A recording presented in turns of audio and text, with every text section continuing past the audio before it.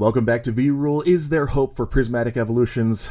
Fingers crossed. But we do have a little bit of a telling sign that there may be when we look at Terastal Festival on TCG Player and where the prices are at for our Sunday slip, how things are actually coming down. We are on the road to 5,000 subscribers, and I'm still working on what I'm giving away for that. But if you would love to be a part of it, like, comment, and subscribe to the channel. Hit the bell for notifications, so when I do announce that in the next couple days, you can get on board with that one and help in that path forward to 5,000 subs. Thank you again to all of you who are part of that trend into 4,000 subscribers, and we are only just getting started.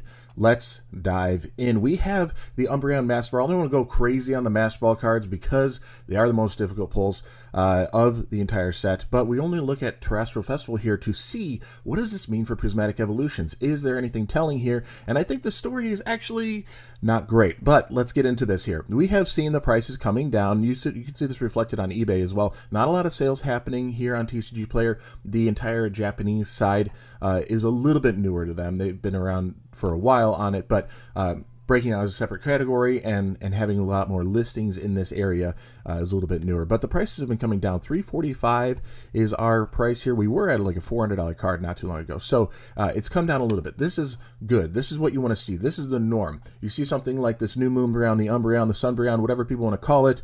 Maybe it's an Eclipse. I don't know. The new Umbreon here, the EX SAR, coming in at $290, and it's been a steady decline from 365-ish, coming down. Really good numbers here, and a steady decline, not a quick fall off, not an instant thing, but you see this still constantly being opened up on TikTok and other different services all over YouTube. There's so many openings of this. The print run was huge. The reprints, I hope that print run is going to be huge also. And here's the thing. You get an SAR in every single box. Every box. All right? Doesn't matter. You get a box, it's going to have an SAR in it. Guaranteed. So the pull rates are actually pretty good. The expectation to get an Umbreon, not great, but possible. When we look at Prismatic Evolutions, we're not going to see an SAR in every ETB. We're not going to see an SAR every 10 packs like you do in Terastal Festival. We're not going to see a Master Ball card in every 30 packs. I don't know if that's the pull rate, but that's about the pull rate on Terastal Festival. Every 3 boxes or so, you get a Master Ball card. So the pull rates are a little bit more guaranteed in Terastal Festival, which is why I think this set will do well long term, but the prices won't be outrageous in comparison to some others. And Prismatic Evolutions, with the fact that there's going to be a regular card and a reverse holo, a Pokeball holo, and a Master Ball holo, 4 variations. Oh my gosh. It's going to be the impossible set to master. Not impossible for a lot of people out there. People are going to dump a bunch of money in this, go crazy. They're going to buy the singles. They're going to master it real quick and spend anything to do it. There's going to be plenty of people who do that. But for you and me, the normal people, the regular ones out there, this is going to be near impossible on Prismatic Evolutions. And I don't think we're going to see this steady decline. I think we're going to see the crazy hype, the bigger jumps, that Pikachu EX out of Surging Sparks. We're going to see the Greninja EX out of Twilight Masquerade. The Umbreon is going to go insane through the roof. $500 card easy to start. It might come out $300, whatever. It's going to be a $500 card easy in the early days. And I don't know if it's justified, but I think that's where it's going to go. And I don't think we're going to see it taper off very easily because the hype is going to stay hot. It's going to stay high throughout 2025. Let's move through. I got a lot of these from Terastal Festival. Let's look at these a little bit more quickly, especially since we instantly jump third card from the set to pull. Sylveon EX, sub $100 already. We've come down quite a bit from near almost 160 mark, and we're down to now $97.50 there. The Master Ball falling a little bit further under that at about $75 here. 82 it says, but 75 is our lowest, 75-ish.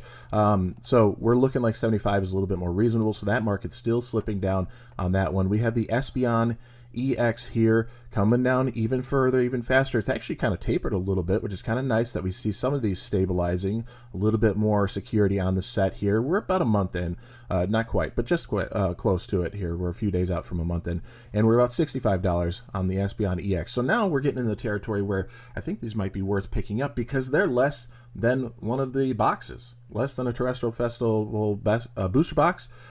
It's a 10-pack box, so better than 10 packs. And if the cuts are like that, that would be terrible. But you can pick these up at reasonable prices here, and typically Japanese quality is much higher. So I think it's interesting that English is getting most of the hype right now, the higher prices. Maybe the market's just that much bigger for English, but Japanese traditionally has been the better quality, the better artworks, the more exclusive artworks. There's a lot of overlap now. There is a lot of overlap, but the fact of the matter is that the Japanese side has always been a step above, and their release has always been so much cleaner. There's been a lot to go around, not super difficult to get a hold of, even here in the States. I don't know if that's the same in the UK or Australia. If anybody out there can comment on that aspect of it, if it's easy or possible. I don't know if it's easy to get Japanese here in the States, but it is pretty possible. I was able to get that more easily than I could get Prismatic Evolutions lined up. So interesting to see this happening. We have the Leafeon. Did I talk about the price? 63. We went up a little bit. Now we're coming back down to a little bit of reality here.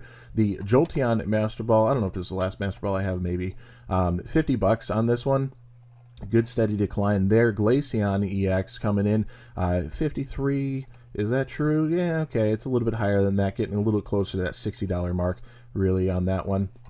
Vaporeon EX. This might be one of my favorites. I think early on in the first those little blurry thumbnails that we saw, I was, taken aback by Vaporeon, going, oh, it's kind of a lame design. But they actually all have this stained glass and pattern design behind them. Vaporeon's kind of actually stood out as a fan favorite for me that I think is pretty interesting here. $50 on that one, not too bad. That actually might be worth the pick up. Flareon, maybe the original 3 for me would be a good way to go, or a place to start. Pulling them doesn't seem smart because of the box price. Flareon EX coming in close to 50. We're at 45 right now. Add some shipping. Yeah, we're getting quick up there into the $50 range already. So it's going to be floating around there, which is nice that it's sub 50 right now. EVEX, we're going to see this one as a promo in English, so these should be considered like a dime a dozen kind of thing. I don't think it'll be a $46 card for the English side. It might be a $7 card because it's Eevee, because it might be the only one most people can get a hold of. So it might have a little bit more of a push on it. It's a cute card. I don't know if it's as good as the other Eevee. I like the other one a little bit more, but we'll see here.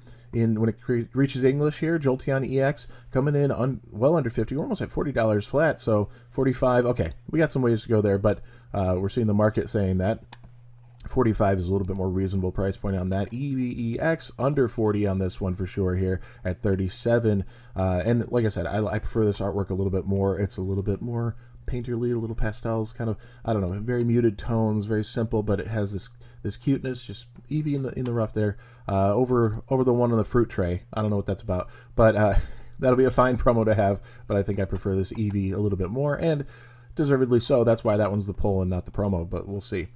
Going into the non-evolutions, some of these just to kind of show how little value is held on the other SARs, and I expect it to be the same in Prismatic Evolutions, that the SARs that are non-evolution related are going to be in this very low tier, which means you have the option to pull an SAR in whatever packs. Maybe it's 1 in 30, I don't know. Let's say it's 1 in 30. The chance of you pulling an evolution now just got cut big time, because you're going to be stuck with a lot of these other ones that people, yay, an SAR, you'll be happy to get it, but only this happy, because it's not an evolution, and that's the point of the set. That's what you're after. So when you get it, it's going to be oh darn, I got that. Now my odds of an evolution went even further down because you did pull this.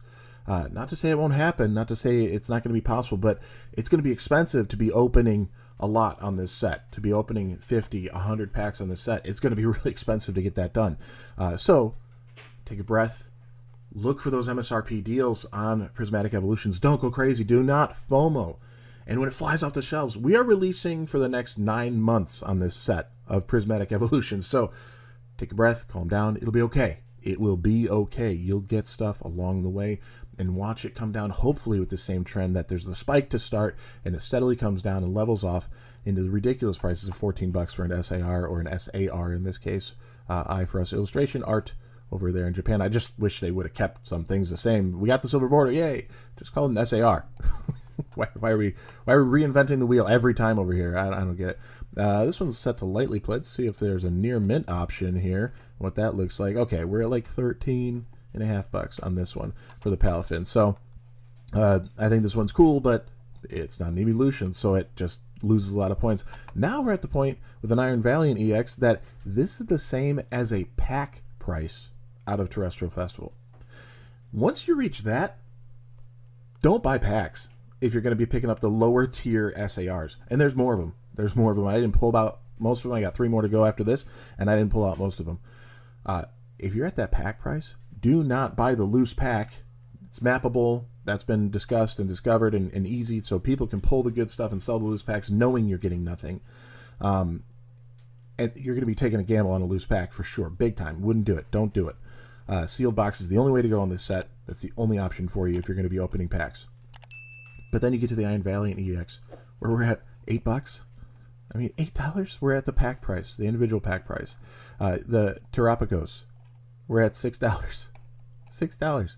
It didn't feel that good when I pulled this because you won an evolution. So I did pull this one out of the one box I opened. And now, yay, it's a solid $6. Yikes. Absolutely terrible. These prices are awful if you're actually ripping packs. But they're good if you want to buy singles and just have a little bit of the set. And that's where I'm going to be looking if I go with Prismatic Evolutions, do the little openings that I'll do and feel the defeat I'm going to feel. I'm just setting myself up for it because there's no way. There's no way that set is going to deliver a major happiness to your average collector, your average pack opener. It's a sealed product. I think it's a great way to go. Investment, I think it's a good way to go. Scalpers, they're going to do what they do, and they're going to win big on it, and I just don't like that, but there's nothing I can do about it, or at least little I can do about it.